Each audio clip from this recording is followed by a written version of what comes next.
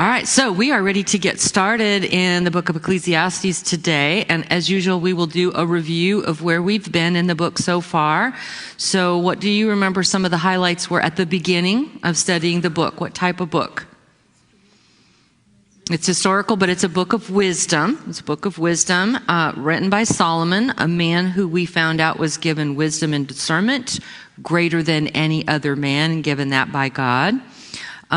It appears that this is Solomon's theory on the meaning of life, and that in that thesis of the meaning of life, one couldn't be found in the creation. The meaning of life is not found in the creation. And he used examples of creation to show that. Then he went into his personal life and he shared experiences. So the meaning of life was not established or found in experiences of great wisdom and experiences of great wealth. So those are not areas that Solomon concluded you can find the meaning of life. So he started by all the things that are not how you get to understanding the meaning of life. All right? Let's see. In chapter 3, we moved on to an important article, I will call it. What do you say the theme would have been that he shifted to then in chapter 3? The very beginning, the very first verse. There is an appointed time for everything under heaven. Man's purpose in life is to see God's sovereign will lived out. That is the meaning of life. And that is what Solomon continues with, is understanding sovereignty. There's a lot of people that use that word, but if you ask questions, you can get them to define what they mean when they say God is sovereign. And there's sometimes a line in the sand. Well, God's in control up to here. God's in control up to there. And what Solomon is revealing to us is there's no line in the sand. God is sovereign over every event, every life, every time, every moment, everything. There is no line. Okay? So that's what we're dealing with when we're talking about understanding God's sovereign will. When you discuss sovereignty with a person, often an unbeliever, sometimes a believer, one of the questions that people will ponder is, if God is in control, why is there fill in the blank, the bad, the wicked, the ugly, the dead, right? If God's in control, if I'm going to believe what you're saying, this comes to mind. How can this be? So Solomon spent some time there, and he told us that God allows wicked men to oppress others. And we know that it's allowed because Solomon went on to say, do not be surprised when you witness this. Don't let it shock you when you see those things. Don't let it make you question whether God is sovereign over all events when you see it. Does that make sense in your own life? Is that a question that you struggle with? Because I know it is for me, or was for me, for a long time. Because I had some line in the sand that I didn't even realize that I had. And he's like, no, it is all God. Every bit of it, the beginning to the end, what you call good and what you call bad, all of those things are still under God's absolute sovereign control. Then last week, what did we highlight about God? Solomon said that we are to approach God in what way? A very reverent way, to know his will in every situation. We talked about things like, it's not about what you sacrifice. It's not how many words you use before God. It's not about you convincing God or bargaining with God. None of that is what's being talked about in our approach to the sovereign God. He says, do not be focused on what can be accumulated or achieved in this life on the earth. Don't let that be your focus. It is not what counts in the end. That's the whole point that Solomon is making. It is not where the advantage to life is found. And for those who haven't been here or forget, what is the advantage to life a picture of? What are we measuring when we are looking for an advantage to life? What is above the sum game? What is the advantage to living the life? What is the advantage looking back? And Solomon's saying, well, first of all, it's not in the life that you lived here on the earth. The impact that you had here is not what we're looking at. Whew, that's mind-blowing, right? Because that's our temporal life, and we put a lot into valuing that. But we're supposed to be seeing from God's perspective, which is eternal. It's not about what occurs here. That is hard for us all because we're inside a temporal body and we still exist in time, minute by minute, day by day.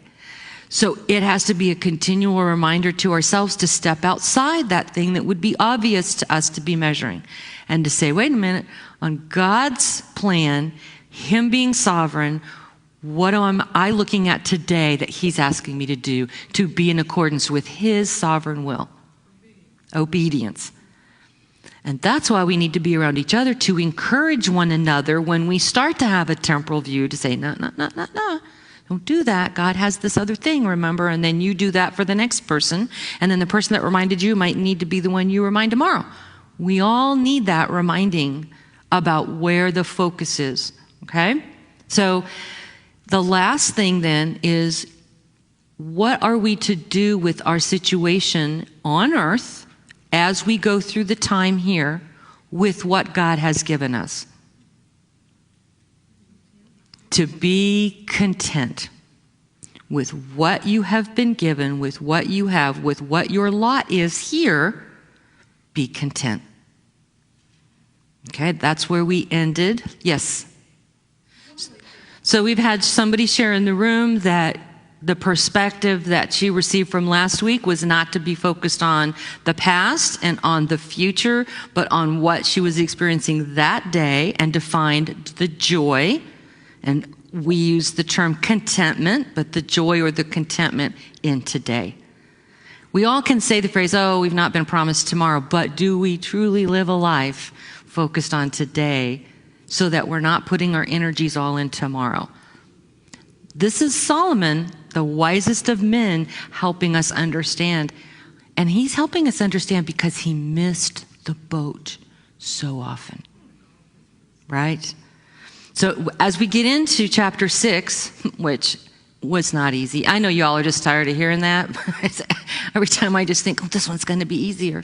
And I didn't even read 7. I'm not even doing that anymore. I just know there are like 29 verses. So I don't know that we're going to get through all of 7 next week. My goal is not to rush, as I was encouraged to do. Take your time. So we are going to do chapter 6. We are going to start with the first 6 verses of Ecclesiastes chapter 6. So we'll read verses 1 through 6. Solomon says, there is an evil which I have seen under the sun, and it is prevalent among men. A man to whom God has given riches and wealth and honor, so that his soul lacks nothing of all that he desires, yet God has not empowered him to eat from them, for a foreigner enjoys them. This is vanity and a severe affliction. If a man fathers 100 children and lives many years, however many they may be, but his soul is not satisfied with good things, and he does not even have a proper burial, then I say, better the miscarriage than he. For it comes in futility and goes into obscurity, and its name is covered in obscurity. It never sees the sun, and it never knows anything. It is better off than he. Even if the other man lives 1,000 years twice and does not enjoy good things, do not all go to one place. There you go. There you go. All right. Put on your seatbelts because we're going to go on a journey here. We're going to go back to verse 1. What does Solomon begin with in verse 1? He says, there is an evil which I have seen under the sun, and it's prevalent. So first of all, it's an evil. What does it mean when Solomon says, I have seen? He's a witness to it. What does under the sun mean? Happening here on earth. And in this case, he says it's prevalent among men. So what do we know prevalent to mean? Common, right? It wasn't just a unique thing to one person, but it's a prevalent thing. Now we'll talk about what that thing is. Verse 2. How does this evil begin? How does Solomon begin to explain it to us in verse 2? A man to whom God had given riches and wealth and honor, so that his soul lacks nothing of all that he desires. So first of all, where did the provision come from? God has given it. What specifically did God give? Riches, wealth, and honor. Where else have we heard those exact words given in exact order? When we talked about Solomon. So if we look back in 2 Chronicles chapter 1, we're going to just read verses 9 through 12 as a reminder for those who might have missed it. 2 Chronicles chapter 1, starting in verse 9. Now, O Lord God, your promise to my father David is fulfilled, for you have made me king over a people as numerous as the dust of the earth. Give me now wisdom and knowledge that I may go out and come in before this people, for who can rule this great people of yours? God said to Solomon, because you had this in mind and did not ask for riches, wealth, or honor, or the life of those who hate you, nor have you even asked for long life, but you have asked for yourself wisdom and knowledge, that you may rule my people over whom I have made you king. Wisdom and knowledge have been granted to you, and I will give you riches and wealth and honor, such as none of the kings who were before you had possessed, nor those who will come after you. So this is the only other scripture reference where these three items are specifically listed together and in the same order. That was verse 12. And I will give you riches and wealth and honor. So I do this just to make sure we're all on the same page, because definitions of words matter, right? What do they mean to us? What do you think the difference is between riches and wealth? Because they're both listed here as separate things. So what's the difference between riches and wealth? So how would we define if somebody has riches? They have valuable things. They own a lot of possessions, right? And the possessions have value in them. How is wealth defined? Well, there's the things that have value, but it means nothing if I can't exchange it. So the wealth is something that we agree has a common value. So I can exchange some quarters with you and they mean something. That's the wealth. My grandma's old earrings might have some value, but they might not have any wealth value when I go to exchange with you. So there's riches and there's wealth. Two different things. Okay? Honor is what? We usually say that it's high regard, right? It's somebody that has a position of authority. It's an honor, in this case, was granted by God to a man. So it would be in regards to other men seeing that man that way. So it is respect. It is a worth or a merit of the man or a rank. That would be respect or honor. So Solomon is described as a man with riches and wealth, And that was detailed for us. So now we're going to look at the two going forward so we can identify what do the scriptures give us that would show that Solomon had riches, and what did he share in the scriptures that would show that he had wealth. Since they are two separate things, let's verify Solomon had both. So in 2 Chronicles chapter 1, we're going to do verses 14 through 17. Solomon amassed chariots and horsemen. He had 1,400 chariots and 12,000 horsemen, and he stationed them in the chariot cities and with the king of Jerusalem. The king made silver and gold as plentiful in Jerusalem as stones, and he made cedars as plentiful as sycamores in the lowlands. Solomon's horses were imported from Egypt and from the Ku. The king's traders procured them from Ku for a price. So do you see, in one way, he has the chariots and the horsemen. That was riches. But he made wealth available in that he had gold and silver. He could buy what was needed whenever he needed it. So he had both. He had the riches and he had the wealth. And we see that he made a trade of one for the horses. So that's how the wealth buys the riches.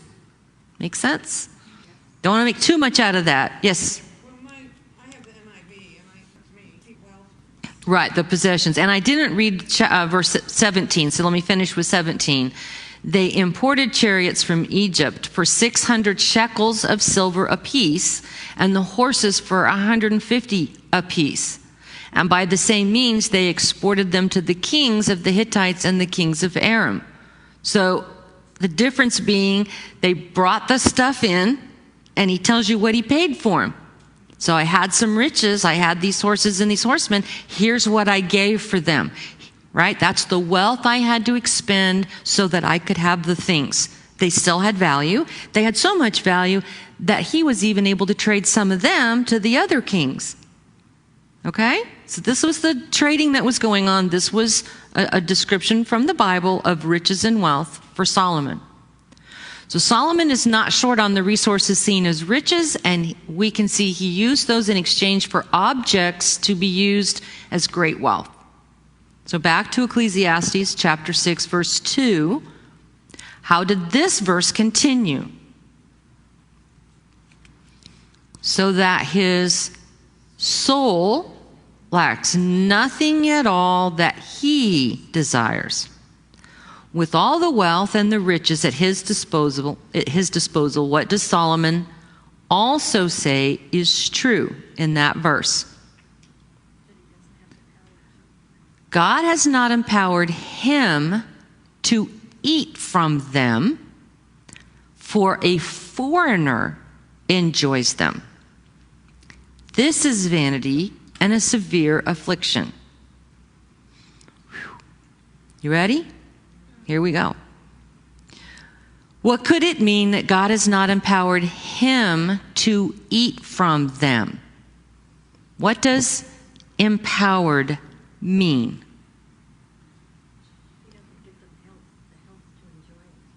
Well, he says that, but what does empowered mean? If I say I'm empowered to do something or I'm not empowered to do something, what does it say about what I can do? I don't have the authority. I'm not able to, for whatever reason. It doesn't tell me what keeps me from being empowered. It just means something stopped me, didn't allow me or permit me to do the thing. All right, so we'll start with that. Is there a time in scriptures during Solomon's reign when with all his money and his wisdom and his honor, he could not do something without the significant aid of a foreigner? That's what we're going to look at. 2 Chronicles chapter 2, verses 1 through 18. Now Solomon decided to build a house for the name of the Lord and a royal palace for himself. So Solomon assigned 70,000 men to carry loads and 80,000 men to quarry stone in the mountains and 3,600 to supervise them. Now we find detail of where those men came from in verse 3. Then Solomon sent word to Hiram, the king of Tyre, saying, "As you dealt with David my father and sent him cedars to build him a house to dwell in, so do for me. Behold, I am about to build a house for the name of the Lord my God, dedicating it to him, to burn fragrant incense before him, and to set out the showbread continually, and to offer burnt offerings morning and evening, on Sabbaths and on new moons, and on the appointed feasts of the Lord our God, this being required forever in Israel. The house which I am about to build will be great, for greater is our God than all other gods. But who is able to build a house for him? For the heavens and the highest heavens cannot contain him. So who am I that I should build a house for him except to burn incense before him? Now send me a skilled man to work in gold, silver, brass, and iron, and in purple, crimson, and violet fabrics, and who knows how to make engravings, to work with the skilled men who I have in Judah and Jerusalem, whom David my father provided. Send me also cedar, cypress, and algum timber from Lebanon, for I know that your servants know how to cut timber in Lebanon, the timber of Lebanon. And indeed, my servants will work with your servants to prepare timber in abundance for me, for the house which I am about to build will be great and wonderful. Now behold, I will give to your servants, the woodsmen who cut the timber, 20,000 cores of crushed wheat, 20,000 cores of barley, 20,000 baths of wine, 20,000 baths of oil." Then Hiram, king of Tyre, answered in a letter sent to Solomon, "Because the Lord loves his people, he has made you king over them." Then Hiram continued, "Blessed be the Lord, the God of Israel, who has made heaven and earth, who has given King David a wise son, endowed with discretion and understanding, who will build a house for the Lord and a royal palace for himself. Now I am sending Hammurabi, a skilled man, endowed with understanding, the son of a Danite woman and a Tyrian father, who knows how to work in gold and silver, bronze, iron, stone, and wood, and in purple, violet, linen, and crimson fabrics, and who knows how to make all kinds of engravings and to execute any design which may be assigned to him, to work with your skilled men and with those of my lord David your father." Verse 15, "Now then, let my lord send to his servants wheat and barley and oil and wine, of which he has spoken. We will cut whatever timber you need from Lebanon and bring it to you on rafts by sea to Joppa, so that you may carry it up to Jerusalem." Solomon numbered all the aliens who were in the land of Israel, following the census which his father David had taken, and 153,600 were found. He appointed 70,000 of them to carry loads and 80,000 to quarry stones in the mountains and 3,600 supervisors to make the people work. You see how that ties back into how he started? So he started with the number, then he tells you how it is, what transpired between Solomon and this king, and at the end, the result was foreigners in the land. Foreigners being paid to do the work. The first foreigner mentioned here is Humran, the king of Tyre. So that's who he sent word to garner what he needed to build the house. Next, we see who will be sent to Solomon. As the king of Tyre says, "Now I am sending Hammurabi, a skilled man, endowed with understanding." Who is Hurami's mother according to those verses? A Danite woman. Who would be a Danite woman reflect in the Old Testament scriptures? From the tribe of Dan. But here's a confusing little trivia bit for you. If you look in 1 Kings chapter 7, verses 13 and 14, here's what we read. Now King Solomon sent and brought Huram from Tyre. He was a widow's son from the tribe of Naphtali. And his father was a man of Tyre, a worker in bronze, and he was filled with wisdom and understanding and skill for doing any work in bronze. So he came to King Solomon and performed all his work. So it would appear that Huram's mother is from the tribe of Naphtali here, but may have been living in the area that was known to be controlled by the tribe of Dan. So she came from a Danite area. The point is that she was a Jew. And therefore, so is Huram Arabi. That's the man that gets sent to Solomon to perform or to basically oversee and be the man that does all the fancy works, with training on those that lived in Jerusalem to also do the fancy works. So don't get it in your mind that he solely did everything that produced what was in the temple. But he definitely had a lot to do with all the training to make sure that it was done right. So who else does the king of Tyre send to Solomon?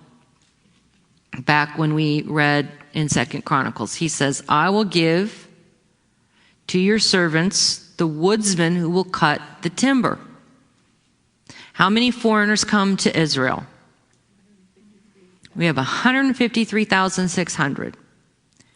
These are the foreigners Solomon brings to Israel. This is clearly defined in 2 Chronicles 2:17. The detail that Solomon numbered these, notice the word that was used there, after the census that David had taken. So these men, these workers, these foreigners, these aliens were not there when David did his census. What did Solomon do in order to find out how many foreigners were in the land?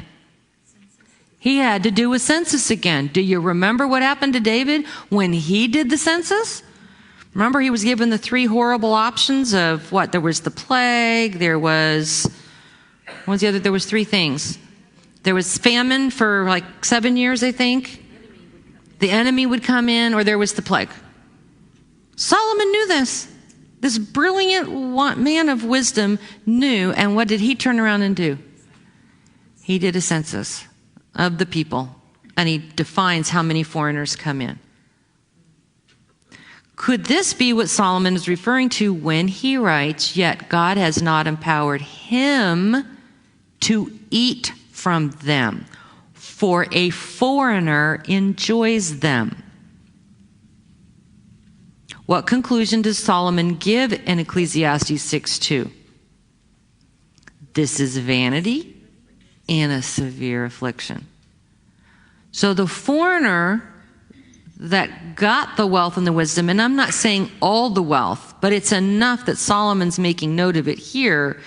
God didn't empower him to use all of it for his people.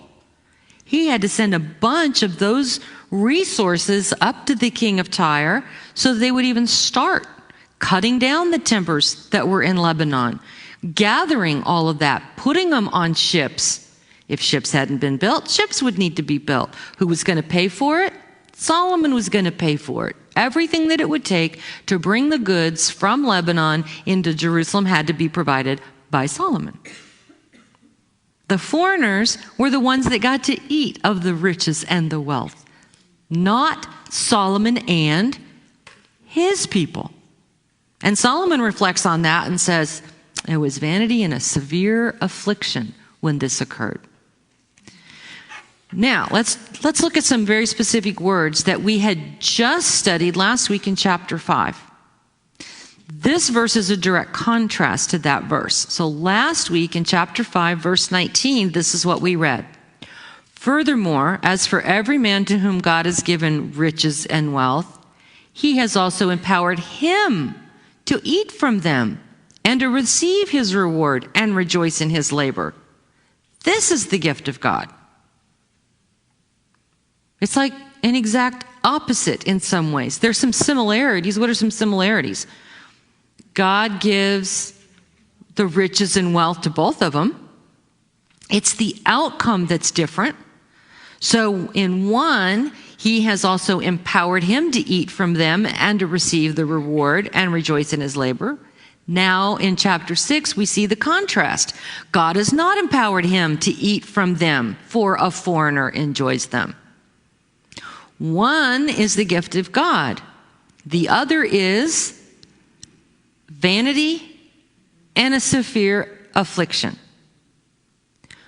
Could it be that Solomon has experienced both of these and knows the difference? Do you remember back in Ecclesiastes chapter 2, verse 26, when we talked about the man at the beginning of that verse is probably also the man at the end of the verse? In one way, God did this for him in a what we consider to be a good thing, and in the other, the end of the verse, it was a bad outcome. Both for Solomon. So if he's done that back in chapter 2, why wouldn't he do the exact same thing here? He knows everything is from God. One had a good outcome from God. The other had a bad outcome from God. Solomon has experienced and witnessed both. In Ecclesiastes 6, verse 3, where does Solomon move next? I love, if a man fathers 100 children and lives many years, however many that may be, but his soul is not satisfied with good things and he does not even have a proper burial, then I say, better the miscarriage than he. Wow. Okay. What two things are listed as things seen as a benefit by many men? Fathering children and living a long life. Not to get into anything political or anything like that, I just want to point out, let's be clear, the term used is fathering children, meaning many offspring. That does not equate to being a father to many children. I'm not going to say more than that. There's a difference. Children were often seen, and in many cultures today are seen, as a form of wealth. We don't as much see them as a form of wealth, but they should be. In this day, it was in more of an agricultural community, so they would work for the family. They were part of a team that worked together for the benefit of the family unit. They are often the people who will take care of their parents as they age. They can therefore be a form of retirement for parents. So multiple children were just another form of wealth. The second thing listed was one who lives many years. This is seen as a natural desire for most of mankind. There is a qualifier who lives many years, but what is the qualifier to the living many years in that verse? It says, however many they be. This is a relative qualifier, right? Since what may be many for one is not many for another. This is not a quantitative number. In other words, he's not saying, oh, every man desires to live until he's 50. In every culture, across all time, that's what, no. Many years. It's relative to the situation, it's relative to the culture, but many years is still a desire within cultures to live a long life, to be here as long as you possibly can, to do as much as you can, maybe have as many children. I don't know. Whatever the thing is, long life seems to be something that people go for. In spite of many children and many years to live, what is missing for this man?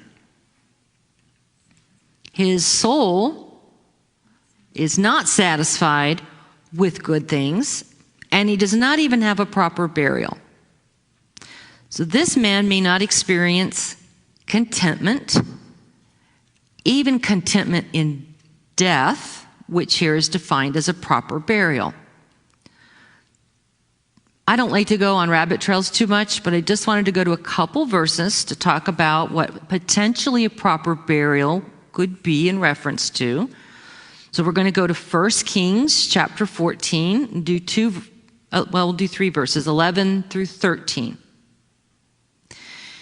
Anyone belonging to Jeroboam who dies in the city, the dogs will eat. And he who dies in the field, the birds of heaven will eat. For the Lord has spoken it. Now you arise, go to your house. When your feet enter the city, the child will die. All Israel shall mourn for him and bury him. For he alone of Jeroboam's family will come to the grave, because in him something good was found toward the Lord God of Israel in the house of Jeroboam. So basically what that was saying is, of all the children of Jeroboam that were going to die, the ones that died in the city are going to be eaten by dogs. The ones that died out in the fields were going to be picked apart by the birds. There was just one son that was going to die, and that son was going to be honored with a burial because he had done good. Let's not then try to extrapolate that and say, oh, therefore only burial can happen for those who please God or do right by God. That's not what this is to be seen as. It's just an example of the difference, at least in Scripture, of to not get a burial and to have a burial. We also can see this in 2 Kings chapter 9, verses 8 through 10. For the whole house of Ahab shall perish, and I will cut off from Ahab every male person, both bond and free in Israel. I will make the house of Ahab like the house of Jeroboam, who we just read about, the son of Nabat, and like the house of Baasha, the son of Ahijah. The dogs shall eat Jezebel in the territory of Jezreel, and none shall bury her. Then he opened the door and fled. We're not going to go back and do that whole story. All you need to see is the comparison. Not allowed to be buried shows not a completion of life because it doesn't come to a proper burial. These verses simply demonstrate that a burial was provided for someone when something good was found towards God, and those without this were denied a burial. That's all these scriptures show. In context, in Ecclesiastes then, this person was not content in life and did not receive the end of life fulfillment of a proper burial. Not content in life or in death. That's all this is a picture of. This is not a teaching about whether you're to be buried or cremation, or this does not even touch on any of that. So don't go there. It's not what it's talking about. Okay? Back in Ecclesiastes 6 verse 3, how does this verse end?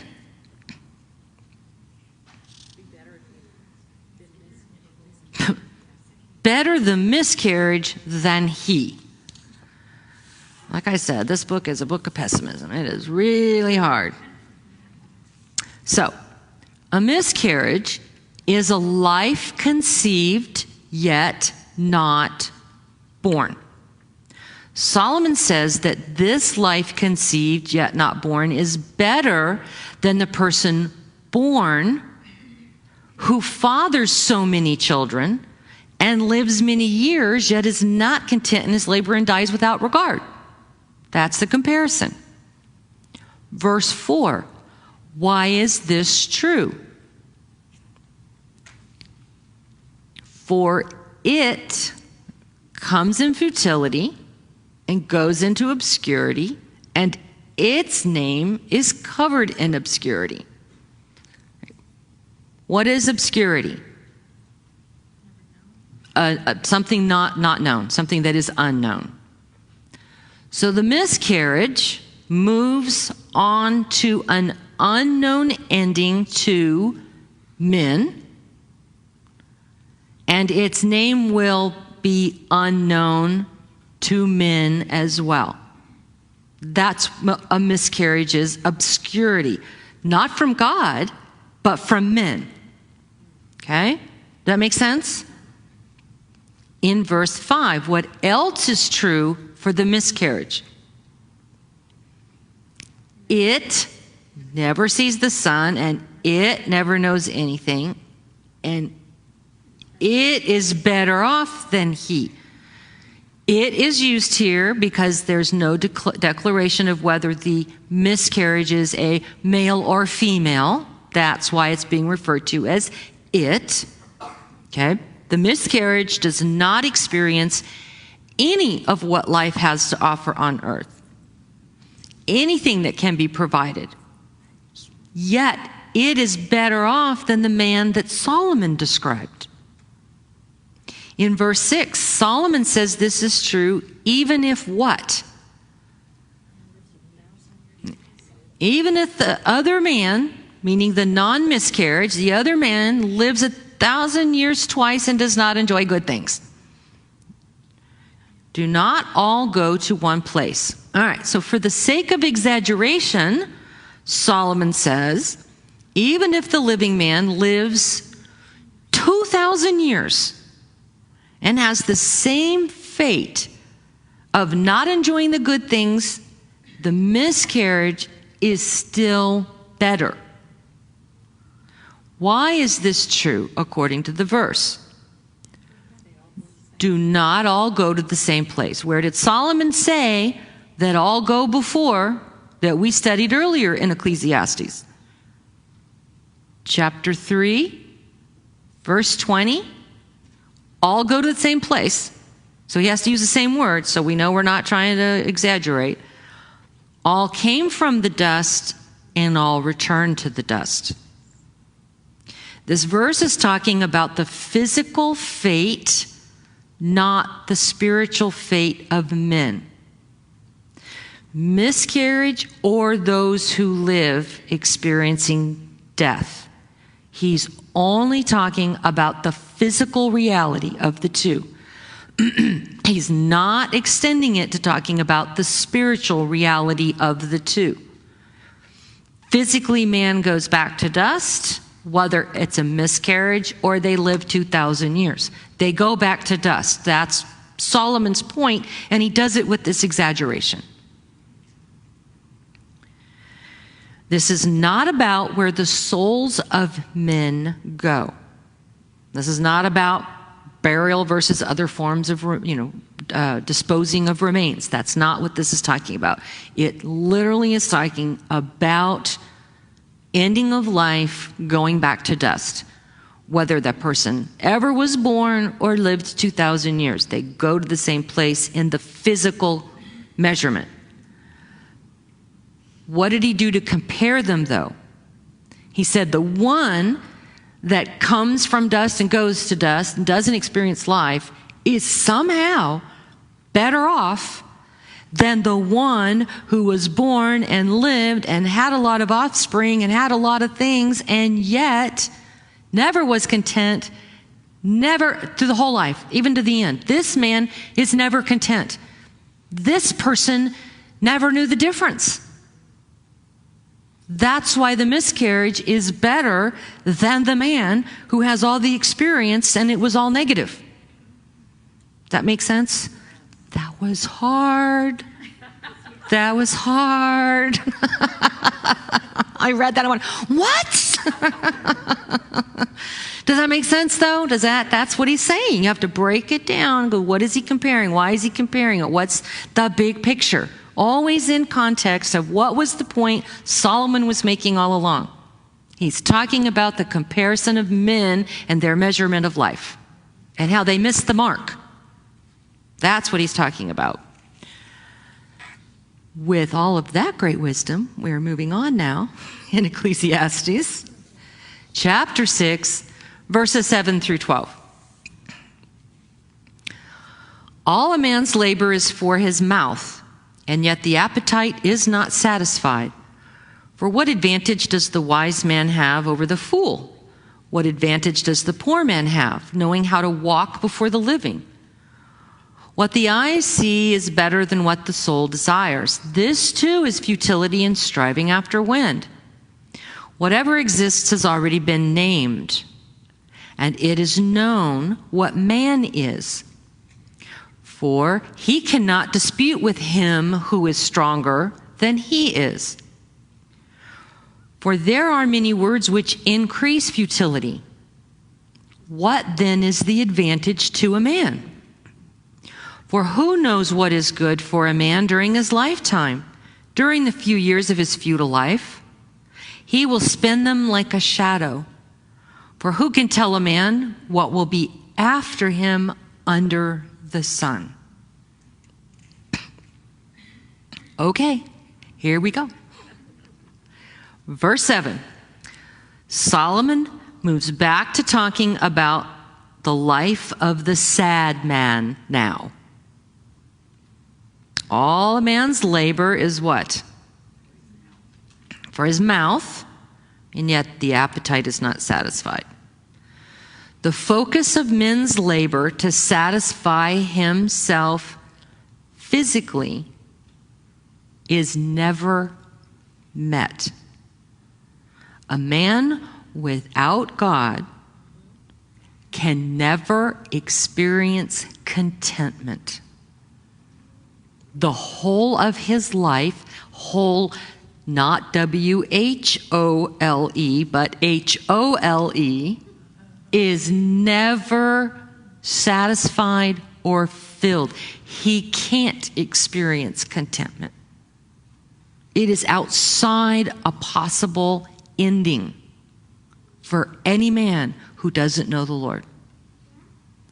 In verse 8, knowing this truth, what question does Solomon ponder?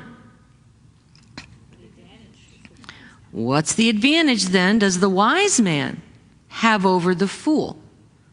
Remember, in regard to measuring these things.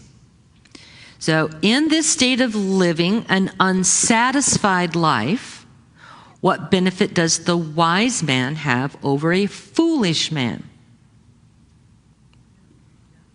Exactly. 0. No advantage to be wise as to be a fool when you're living a life that's not content. Wisdom is of no benefit. This is spoken from the man with all kinds of wisdom, and he says, no benefit. When you're not content, it doesn't matter whether you're smart or stupid or a fool, doesn't matter. Verse 8. What rhetorical question does Solomon pose next? What advantage does the poor man have, knowing how to walk before the living? So we've gone from wisdom to wealth. Again, he seems to be caught in that cycle of comparison. Does a poor man live a better life than the wealthy man because he's poor during their lives? No, there's no advantage. There's no advantage. Doesn't matter how much you don't have or do have. It doesn't make you automatically better. Some people see this one as backwards, but isn't there often a mentality that exists in man outside of God that says, if I sacrifice, if I go without, if I don't have anything here, I'm going to get it all there on the other side. Right? There is no promise of that. That's the whole point. Only if God determines that. Again, it's back to God being sovereign. What you measure here in your eyes, what mankind does, isn't the same balance that God is using. We don't get to determine that. In verse 9, for the poor man and the wealthy man, what leads them? For the eye see is better than what the souls desire. This too is futility and striving after the wind. So they may seem different on the outside, but both men seek after what they can perceive here on the earth with their eyes. They are led by their temporal decisions. The physical wins over the spiritual. The eyes are never satisfied, and so there is never contentment. When this happens, Solomon says this is futility and striving after wind. Verse 10, what is true about the created world? He said, whatever exists has already been named. Why is that important? What does it mean to name something? I have authority over it. I named my child. Nobody else got to come along and do that. Now, I didn't name her quick enough, so she was baby girl Armstrong. And we didn't have Daniel's name ready either, so it was baby boy Armstrong. But eventually we got around to actually naming them. All right? Names and having the right to name something is actually very important. And we find that in the scriptures. We're going to go to Genesis, and we're going to look at chapter 1. We're going to read verses 5 and 8 and 10. I'm not reading the whole thing. I'm just going to be on the ones where God says he names something. So Genesis 1:5 said, God called the light day, and the darkness he called night. And there was evening and there was morning, day 1. God named them. In verse 8, God called the expanse heaven, and there was evening and there was morning, a second day. In verse 10, God called the dry land earth, and the gathering of the waters he called seas. And God saw that it was good. The Creator had the ultimate right to name everything he created. And Solomon tells us everything, by the time Solomon comes around, already has a name. There's nothing new for anybody to come along and name. It's all been created, everything, and God named it. Now, in Genesis chapter 2, we have a curious thing. In chapter 2, verses 19 and 20, we read, out of the ground the Lord God formed every beast of the field and every bird of the sky and brought them to the man to see what he would call them. Who had the right to name? God had the right to name. So only God could bring them to the man and then give him the right to name them. He didn't have an innate ability or authority to name them on his own because man didn't create them. So the scriptures say because of that, because God created them, God brought them to man as a benefit to man. He says, I'm going to let you name them. He let man do that, this man. Call them, and he brought them to the man to see what he would call them, and whatever the man called a living creature, that was its name. The man gave names to all the cattle, to the birds of the sky, and to every beast of the field. But for Adam, there was not found a helper suitable for him. We're not here to teach on what that means. We're just here to talk about the naming. Okay? We're just here about the naming. Anything man gets to do, it's only because God allows it. Ecclesiastes chapter 6, verse 10. What has God said about man? And it is known what man is. Why can't man argue with God?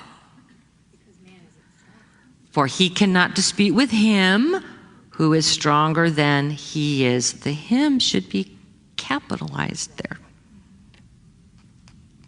That's what's being talked about. The one who named, the sovereign one, the one who is stronger. No man has a right to argue or use words in any way to try to persuade or change God's mind about anything. That's who man is. Have some humble pie, man. Yes. Psalms 139 said he knew us before we were born. Absolutely. Every day of our life. Absolutely. He knew us before we were born, and he knew every single day of our life. That is a sovereign God. In Isaiah, we're going to read, the one who names is the stronger one, because it's nice when I can go to other scriptures and have it just spelled right out so you don't think I'm just making it up. Isaiah chapter 40, verses 21 through 26. It says, "Do you not know? Have you not heard? Has it not been declared to you from the beginning?" We just talked about the beginning. "Have you not understood from the foundations of the earth? It is he who sits above the circle of the earth, and its inhabitants are like grasshoppers, who stretches out the heavens like a curtain and who spreads them out like a tent to dwell in. He it is who reduces rulers to nothing, who makes the judges of the earth meaningless. Scarcely have they been planted, scarcely have they been sown, scarcely have their stalk taken root in the earth, but he merely blows on them and they wither, and the storm carries them off like stubble. To whom then will you liken me," me being capitalized, me, God saying me, "that I would be his equal, says the Holy One." Right? God, you're not even on, not just the same plane, you're same galaxy, right? Same creation. You have no right to try to even compare yourself to me. That's what God is saying here. "Lift up your eyes on high and see who has created these stars, the one who leads forth their hosts by number. He calls them by name. Because of the greatness of his might and the strength of his power, not one of them is missing." Man is not equal to God. To demonstrate his great authority, God says to look to the heavens. God says, "I created these stars and I have the right to name them." Isaiah 43:1 says, "But now, thus says the Lord, your creator, O Jacob, and he who formed you, O Israel, do not fear, for I have remembered you. I have called you by name. You are mine." He names the stars and he named a people. God identifies that he is the creator of Jacob. As the creator, God has the right to name him, and he does. Now, John, we're going to just a little verse in the New Testament. John chapter 10, verse 3. "To him the doorkeeper opens, and the sheep hear his voice." We're talking about Jesus. "And he calls his own sheep by name and leads them out." Ladies, he knows you by name. The creator of the universe knows you by name. He created you and he knows you by name. Jeremiah 29:11, I know the plans. But here the focus is on the name. I just want you to know that in your heart. He knows your name. All the way back now. Can you believe we got there out of Ecclesiastes chapter 6? Verse 11. "When men speak words, what is true? But there are many words which increase futility." Do you remember that lesson from last week?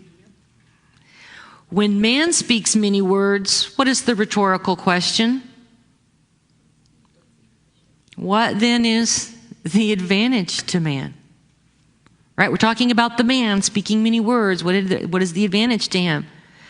Man's words do not create anything. God's words create it all. Man's words don't create a thing except futility. What is futility if you were to define that? It's an emptiness, a meaningless, a worthlessness. That's what man's words do. Man can speak many words that only increase their emptiness and their uselessness, not decreasing. Man can disagree or agree with God all he wants, but it does not change the outcome. Therefore, it is not an advantage to man.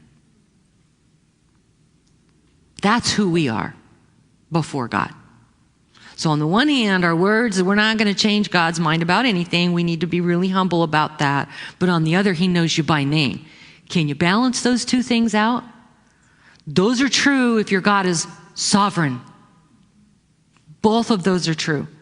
You don't get to change his mind. You're not in control of anything. He's God. He's sovereign. And, oh, by the way, he knows you by name.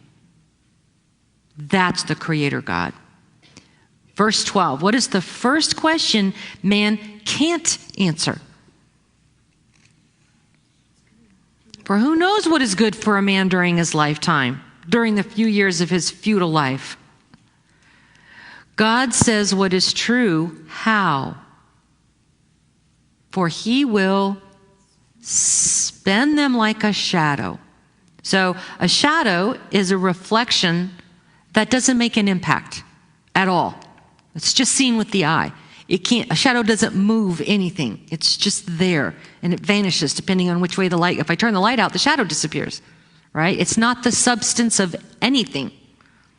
So this life lived like that is exactly, that's the same impression that a life lived without understanding the sovereignty of God, just chasing temporal things. That's the impact that it has on the earth. During his life and after his life is over, it has the same impact that a shadow has, as if it was never even there. It is not the real substance of anything. It is only what an eye sees for his instant and then it is gone. What is the ultimate question for men? Who can tell a man what will be after him under the sun? The clarifier here is under the sun. What does under the sun mean? Here on earth. Man cannot know what comes after him here on the earth, what impact his life will have on things or people after he leaves. That's the whole point Solomon's been making, right? What is the advantage to life? What is the point of the life that we lead? Well, to start with, you could understand who God is. He is sovereign. He is in control. That's where you leave your focus every single day. What does sovereign God want from me today? Not for what can be achieved here on earth. That is not to be where our focus is. It is not about the physical. It is not about the here and now. It is always a focus for what is in eternal sense, an eternal measurement, the long term that cannot be taken away. That's chapter 6. In the steady march of what Solomon has been revealing on measuring the advantage to life, his focus takes us for all the things that it's not. He's still telling us what it's not. It is not this, and it is not this, and it is not this. Always in measurement of sovereign God, understanding who you are in that frame. That's where you find advantage to life, understanding a sovereign God. Does chapter 6 just now make a whole lot more sense in what Solomon is communicating to us?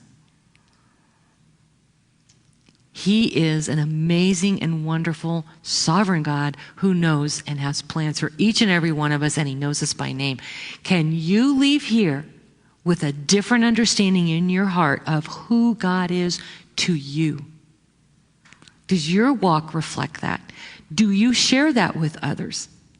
Does it change you from the inside out? That's what the Word of God does. That's the advantage to life. You can have something that Solomon may never have experienced. We don't know. In all his wisdom and with all his wealth, it was like a boxer in the wind, right? Chasing after things, always going the wrong way. Being the shadow. You have the chance, because he shared his wisdom, to not be that shadow, to do something with this life for eternity. Are you all stunned into silence? You can bring it back next week. You can go back and read chapter 6 again. Happy to try to answer questions. There's just so much that's revealed in context. We don't get caught into the weeds. We pull back and we say, how is this part of what Solomon is discussing in the bigger picture, in his theme and thesis for all this entire book? It's about being silenced before God, a reverence before the Creator. That's what we're called to do.